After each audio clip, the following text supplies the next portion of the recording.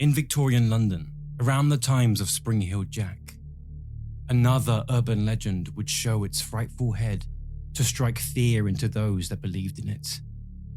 This was the tale of the Black Swine in the sewers of Hampstead Heath. This legend claimed that the sewers of London were filled with monstrous, ferocious, feral black pigs as they haunted the sewage systems.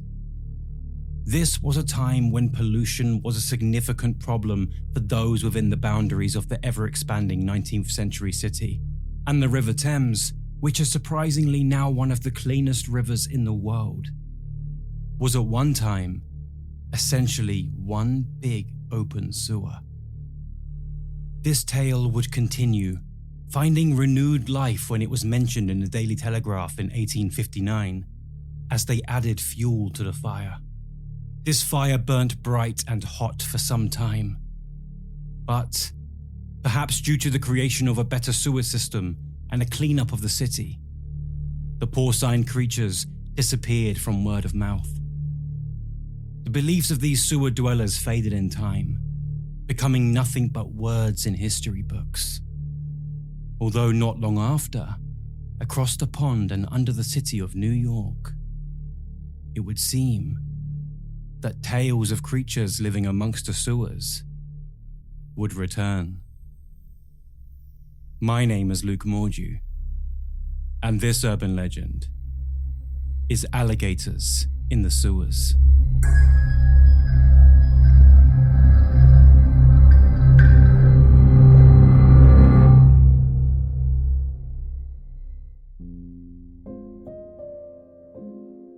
In a previous chapter, I mentioned that a common belief is that you were no further than 10 feet away from a rat at any time in London. However, studies would later provide evidence that, in reality, the truth was closer to 160 feet, putting the 10 feet belief down as nothing but an urban legend. An unfortunate fact that I had previously wished was an urban legend before finding it to be true was that these rats can and do swim their way through the pipes and pop up in our toilet bowls. This may be a rare occurrence, but it is no means unheard of, so perhaps it would be best to check next time you take a seat. Before you cringe too hard, consider yourself lucky, far luckier than Ataporn Bunmakchow's encounter with a toilet bowl. In 2016, he lifted the toilet lid to urinate, only to be instantaneously bitten on the penis by a 10-foot python that had swum its way up the sewer system. These stories are horrifying and cringeworthy enough to make us that little bit more nervous about the next time we go to the toilet. However, this chapter's tale is about what lurks down in those pipes. We'll be venturing down into the darkness of the plumbing until we make our way to the unknown world of the sewers. In my telling of an encounter with alligators in the sewers, we will follow Clive, who is on the run from the police after an unsuccessful robbery the previous night.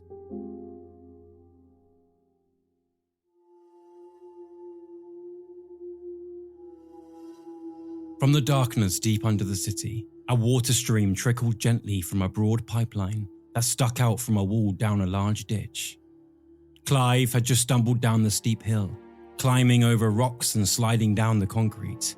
He was ensuring he was out of sight from any passers on the road above. He was exhausted, burnt out by the night's commotion, sweat dampening his dark attire.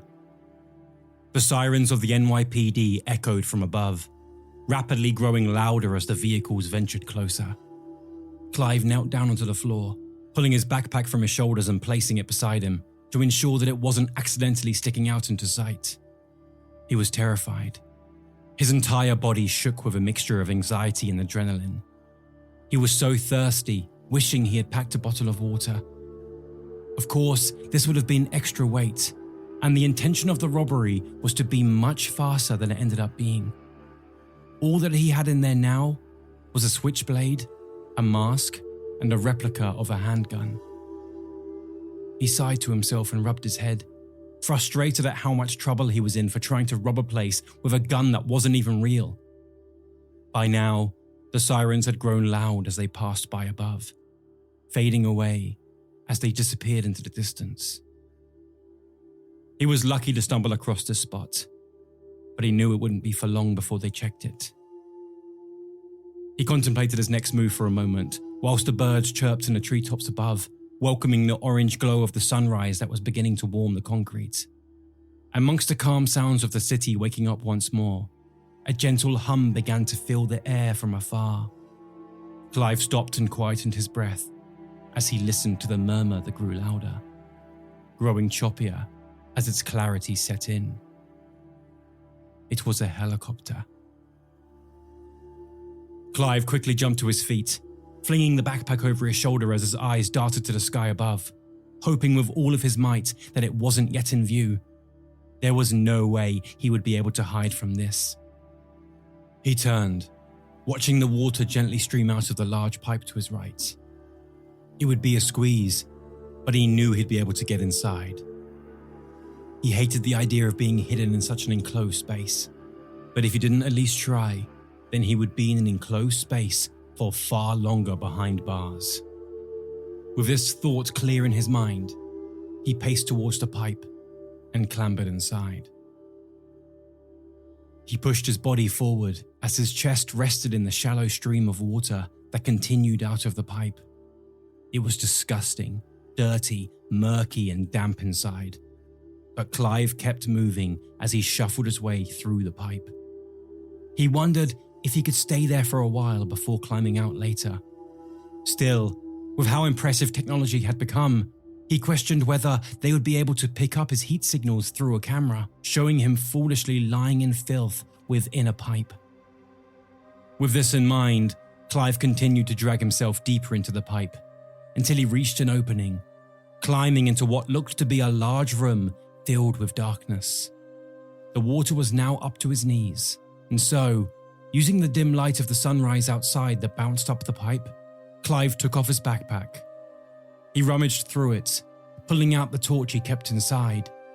He clicked it on, shining the light into the darkness to reveal that he was not in a room, but a giant tunnel. He continued ahead, venturing deeper into the blackness of the city's underground, studying all around him. On occasions, the water would grow deeper. On others, it would seem more shallow. He would turn left down specific tunnels and turn right down others, slowly venturing deeper underground as he hoped to find an exit somewhere safer. 15 minutes into this journey, Clive had found himself on a walkway above the water. Relieved to find himself in the dry again, he picked up the pace, venturing further out onto this new floor until he finally found a sign of promise. Ahead, he could see a large, rusting metal ladder that disappeared deep into a hole in the ground. As he arrived, he was disappointed to find that it led to nothing but more water. This time, looking deeper, with a far stronger current amongst it. He had no idea where he was.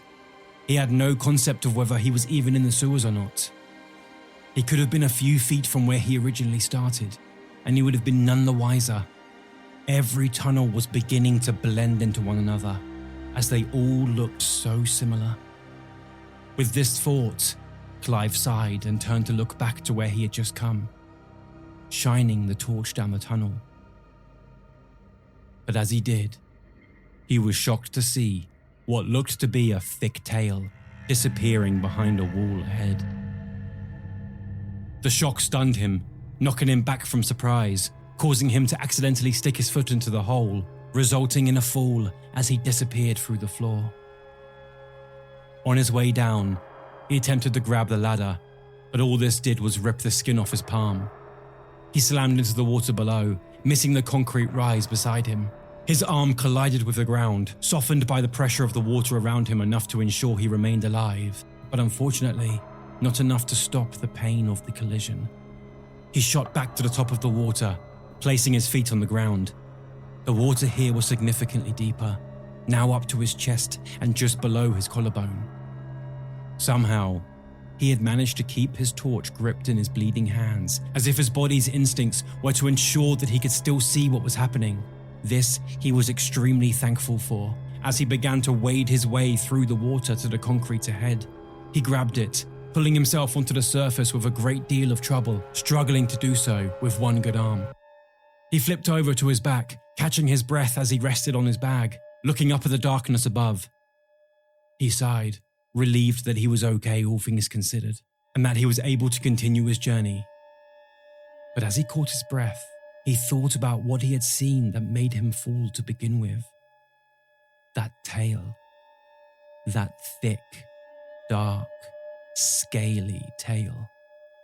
He shone the torch around him, looking for the ladder, frustratingly seeing that it was on the other side of the heavy stream, and that he had climbed to the wrong side in his panic. He shone the light to the hole in the ceiling ahead, studying where the ladder led to in case he could see whatever it was again. He wasn't too keen on heading back up there, but he wasn't sure if he could stay here either. Who's to say where this water was running? And if his hand wasn't infected already, it was definitely going to be if he carried on. After weighing up his options and hoping that he had simply mistaken a shadow for a tail, he decided it was time to go back up and try to find a way out once and for all, even if it meant returning to where he had come from. He sat up, ready to jump back into the water and make his way to the other side.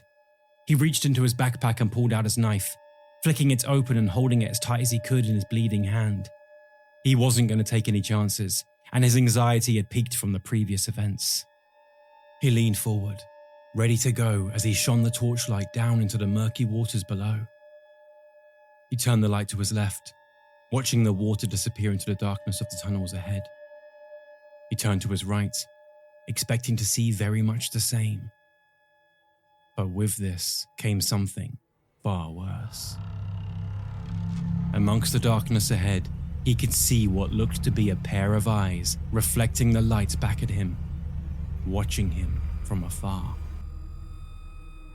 He paused, horrified and confused by it.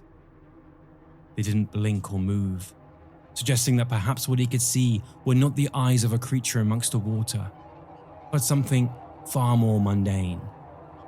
He leaned forward, holding the torch out in front of him as far as he could to try and capture a glimpse of what it was. Instead, all he did was reveal another pair of eyes. Only this pair were not staying still. They were slowly making their way through the water, edging closer towards him. His heart began to pound as he realized that whatever was down there was on the hunt, gearing closer towards him with a growing pace. If he waited here to find out what it was, the knowledge would lead to nothing but death. This much he could assume, and so he decided he would have to make a break for it before it could arrive. Unfortunately, before Clive could even finish this thought process, an enormous alligator's vast, wide jaw erupted from the water beside him, sinking its teeth into his arm before dragging his body inside.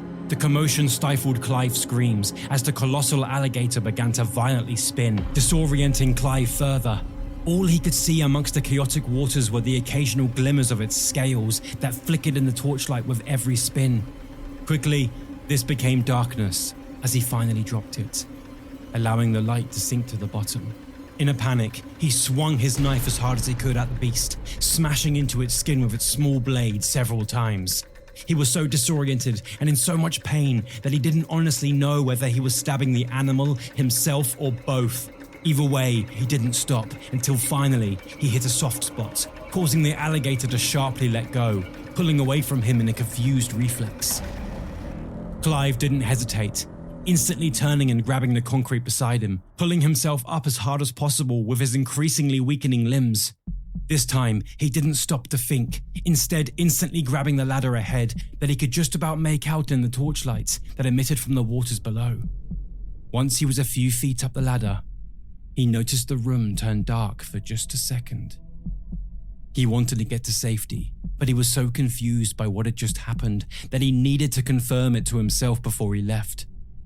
And so he looked down at the tunnel once more.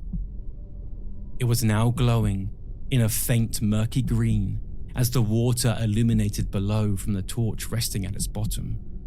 Clive could see the dark, thick silhouettes of several alligators as they frantically swam through the waterway, excited and frustrated by their close call.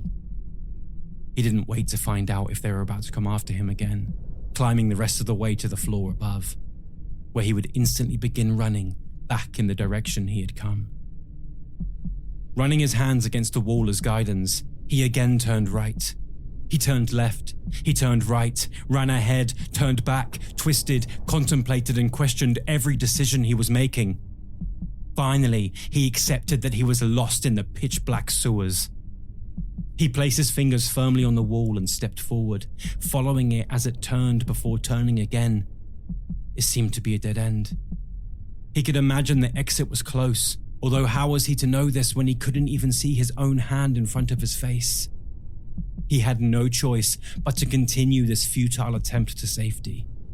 All he could do was hope to find a glimmer of light in the distance that he could follow, although he soon realized that his journey had ended when the sounds of feet slowly hitting the ground, followed by the grit of a rigid body being dragged across the floor, edged closer towards him.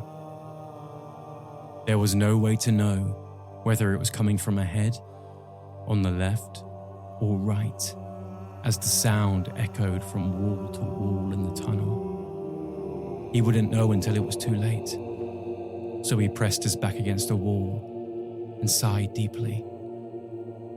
He questioned the choices that brought him here. He questioned how he had been in life and what he could have done differently. He imagined a life where he chose to do good, where he could be lying in a warm bed with his wife this very morning. But unfortunately, this was not the life he chose. And instead of the woman he loved, he was now left with the deep hiss of an alligator. And with that, the powerful animal's feet began to pick up pace as it pounded forward to finally take its meal.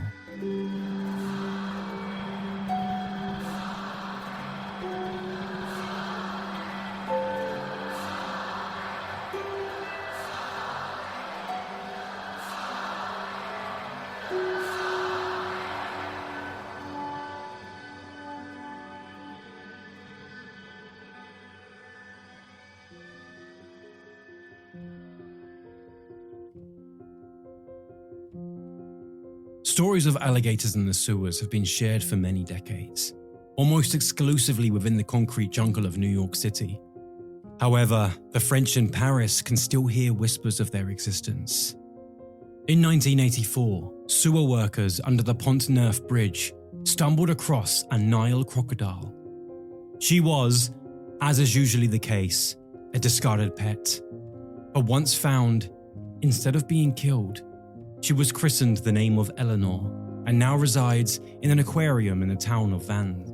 Her enclosure has even been playfully decorated to represent that of a Paris sewer.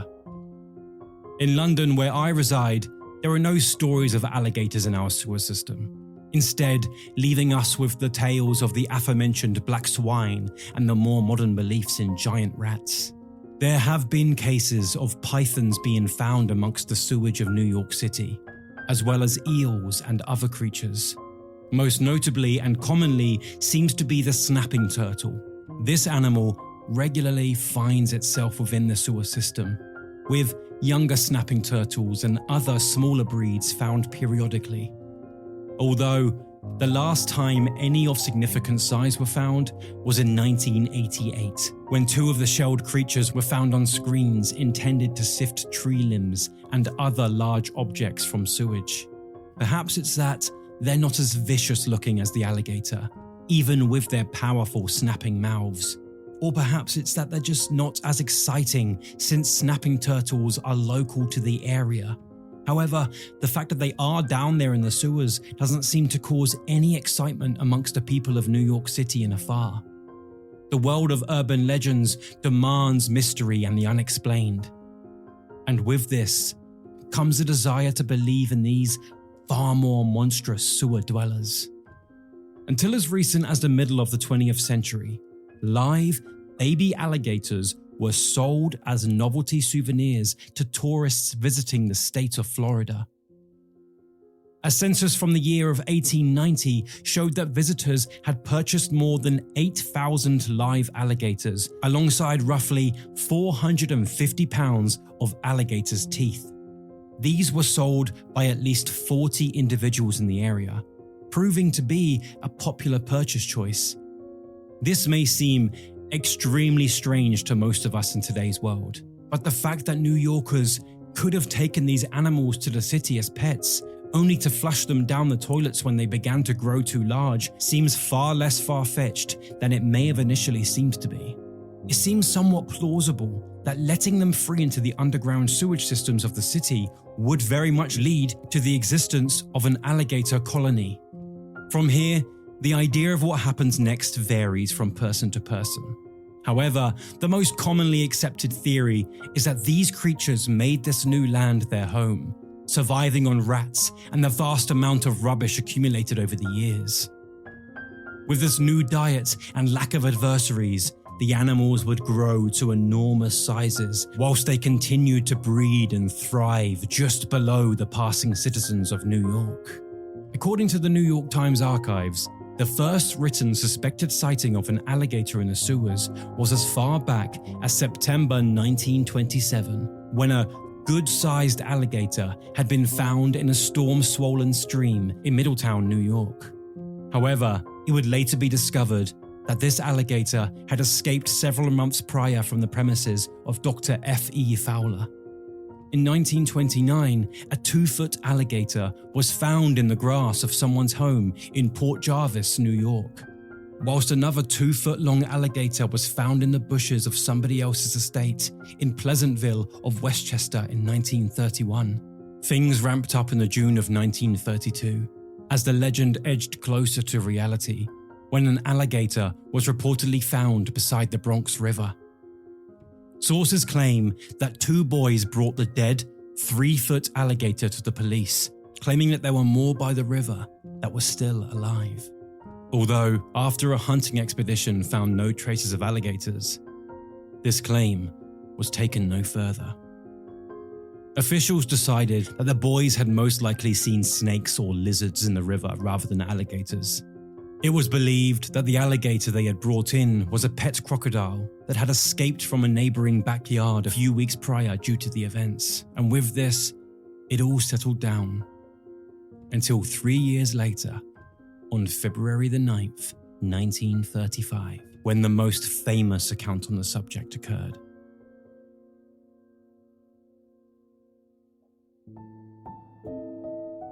The New York Times would write an article about a group of teenage boys shoveling snow. The headline about the events would read in part, "Alligator found in Uptown sewer," enforcing the urban legend that had begun to make its way into the world.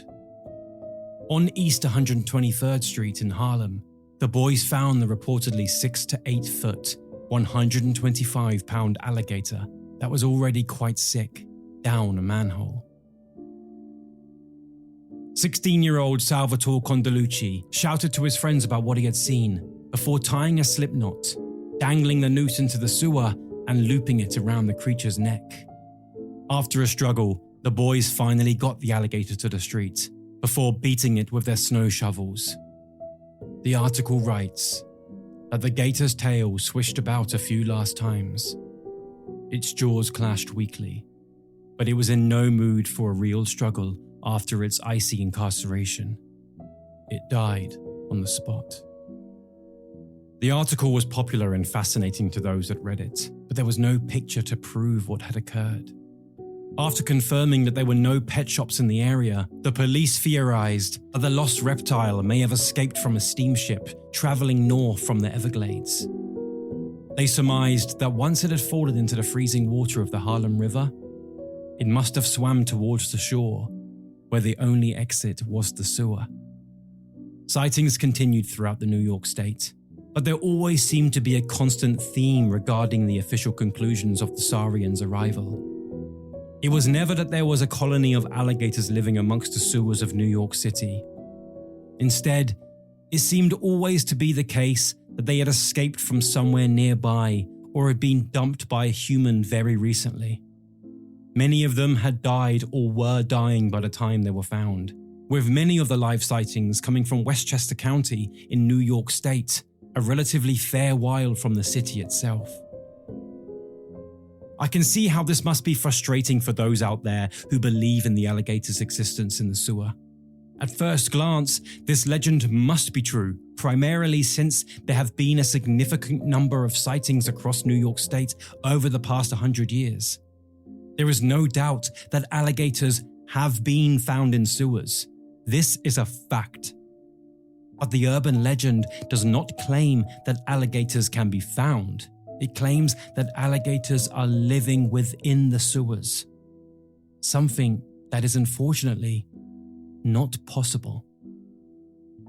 The sightings of alligators were years apart, with most of them already sick, dying, or dead already because they are not equipped to live under these conditions.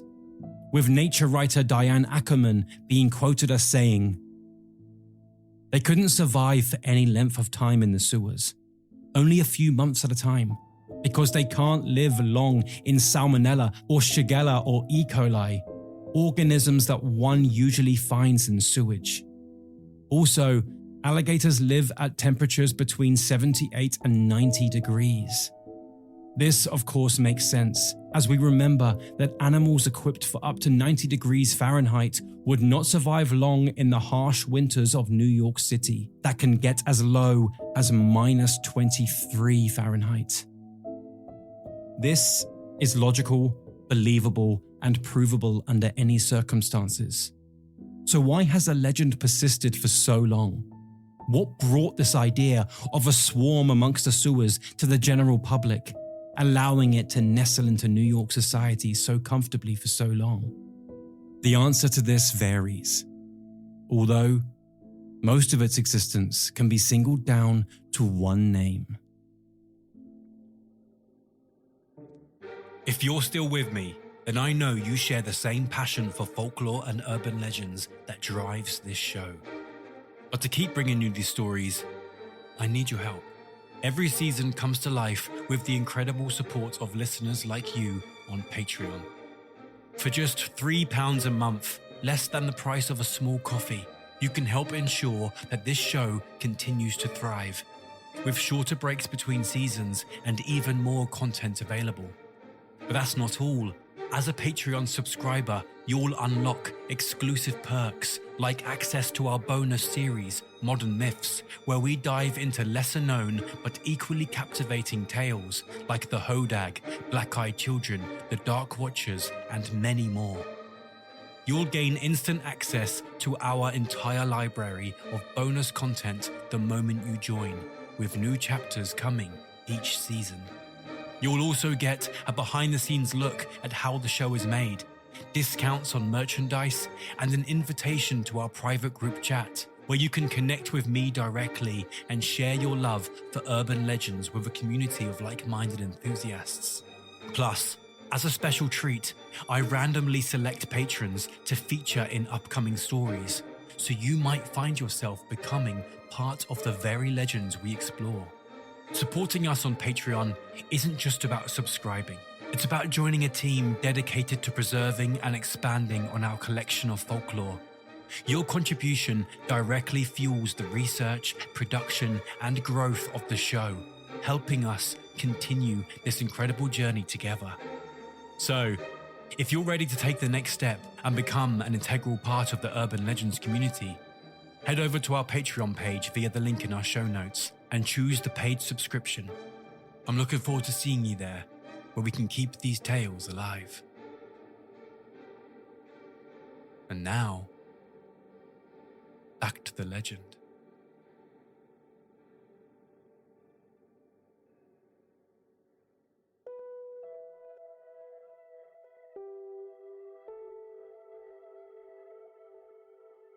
In 1959, a book was published to the general public under the title The World Beneath the City.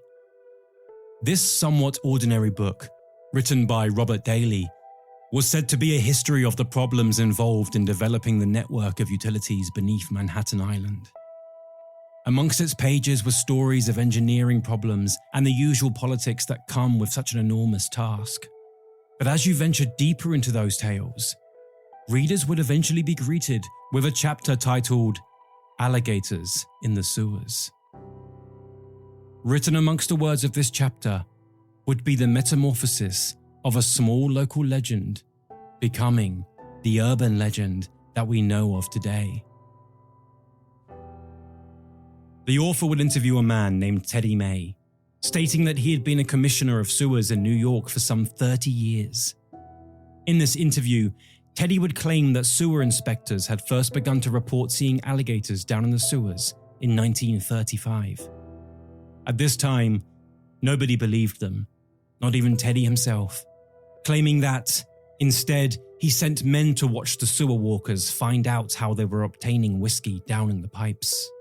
However, due to the persistent reports coming his way from both inspectors and newspaper articles about children who had found an alligator above ground, Teddy May decided to go down into the sewers and check for himself. It was down here, during this check, that he would come to the horrifying realization that the claims were valid, as the beams of his flashlight had spotlighted alligators whose length, on average, was around 2 feet. With this new realization, Teddy started an extermination campaign, using poisoned bait followed by the flooding of the side tunnel to flush the saurians out into the major arteries where hunters with rifles were waiting for them. According to him, this was a success. And in 1937, he proudly announced that the alligators had been eradicated. The story of Teddy May helped solidify the tales of alligators in the sewers within the foundations of New York City's history. That said, he did claim that the legend is wrong in one aspect.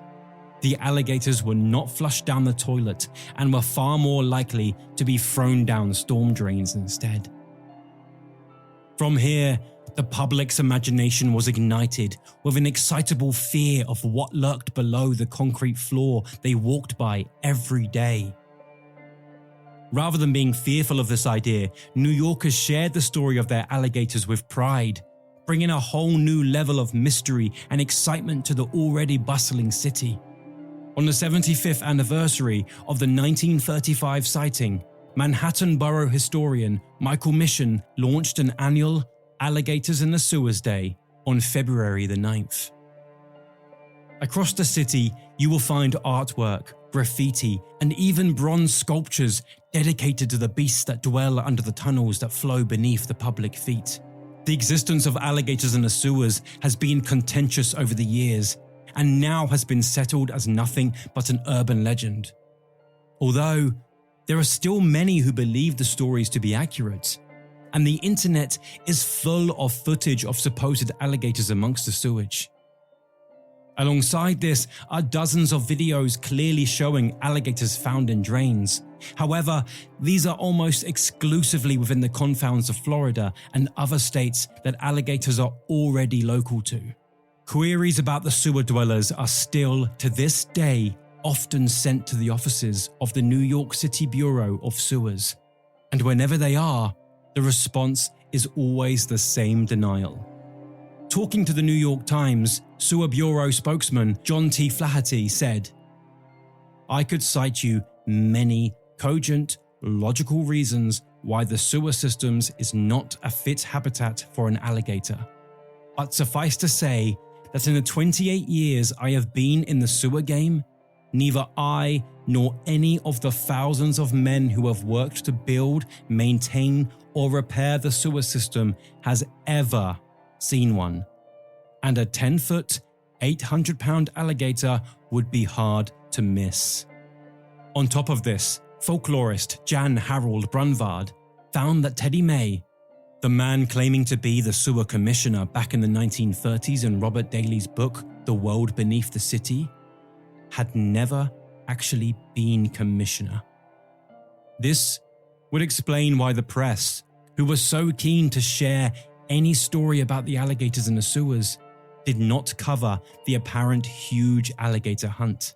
It also explains why there has never been any official date on when this event seemingly occurred, with a sewer official telling Brandvand that Teddy was almost as much of a legend as the alligators, a spinner of colourful yarns.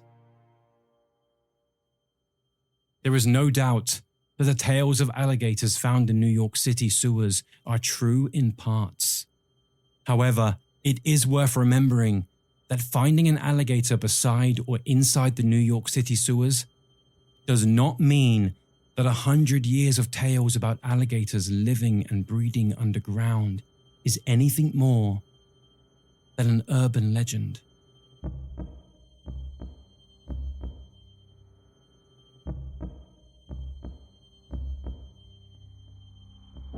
Urban Legends is researched, written and produced by Luke Mordew. Original score by Billy Jupp, with additional sounds from storyblocks.com. If you like what you heard and want to hear more, click subscribe on your chosen podcast provider and delve into the mysteries of our previous and future chapters. To find more, including merchandise, video content, images and more, visit urbanlegendsfolklore.com. If you have more information or a correction on something mentioned in this chapter, please get in touch through our website. We aim to ensure that all information provided is accurate and up to date, and this remains a top priority. If you want to support the show, receive early access, and have more of a say in what we do, then become a patron by clicking the link in our show notes.